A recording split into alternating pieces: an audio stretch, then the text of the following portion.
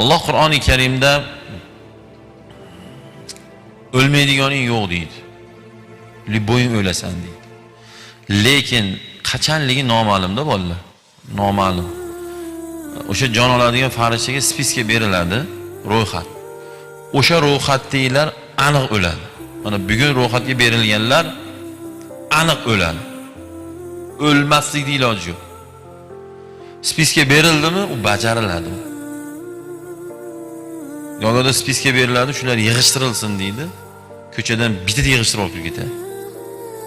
Unda xato qilib aroqni bekin ustiga balchiq tortib olsa ko'rinib o'tib ketishi mumkin. Balchiqning ichidan o'ldirib olib ketadi Azroil. U bekinib bo'lmaydi. Alloh taolo Qur'oni Karimda dunyodagi eng mahkam binoga kir deydi, o'sha yerda joningni olaman deydi. Hozir shuna ofislar bor, chivin kira olmaydi, vahima bas bu gap. Hatto ko'zining ichida setkaga ochilyapti. Bu barmoqlar modadan qoldi, bu kodlar. Bu barmoqlar u modadan qoldi ular.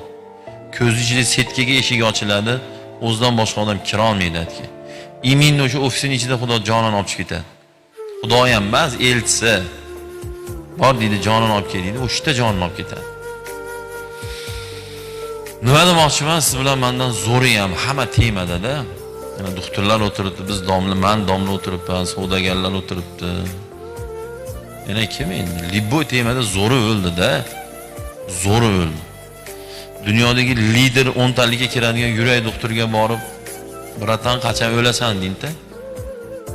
"Sen tupoymisan?" deydi. "Miyani davolat bor" deydi. "Men qachon bilaman" deydi. Nimaga men yurak doktorini misol qilyapman? Chunki odatda yurak to'xtasa odam o'ladi ko'proq.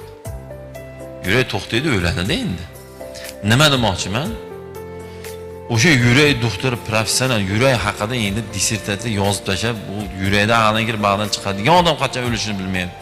Chunki Alloh aytganda la tadri degan. La tadri degani o'lishingni qachonini bilmaysan deydi. Ras bilmas ekanmizmi? Endi bu hozirdir, halidir, kech paytdir, ertagadir, indingadir, buni bilmaymiz.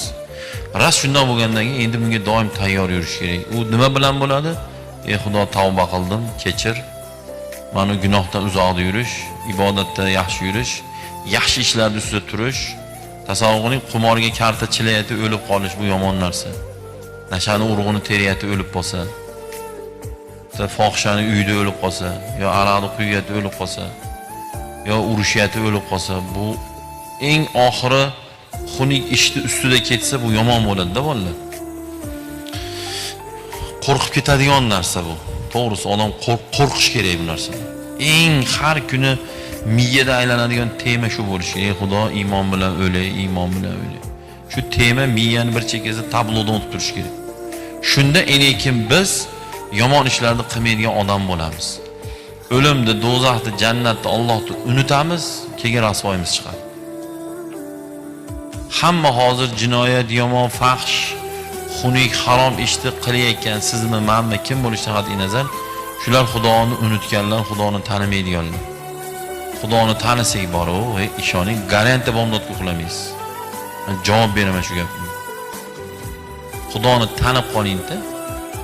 Masalan, bitta tanimagan odamni chaqirsa, bor yo'q deb ko'r deysiz. Lekin shu atrofda kuziri bolani jo'natib bor, chaqir kesin desin-da, hakkillab boradi kerak bo'lsa. Nimaga taniydi-da, uni bormasa nima bo'lishi juda yaxshi biladi. Shuna tashkilotlarga chaqirsa, sahar olib qoladi odam. Og'zi qurib, tupurgisi yo'qolib qoladi. Nimaga chaqirdi-ekin deb. Agar pasportingiz bilan keling desa, tamom, tugaydi. To'g'ri gap-da.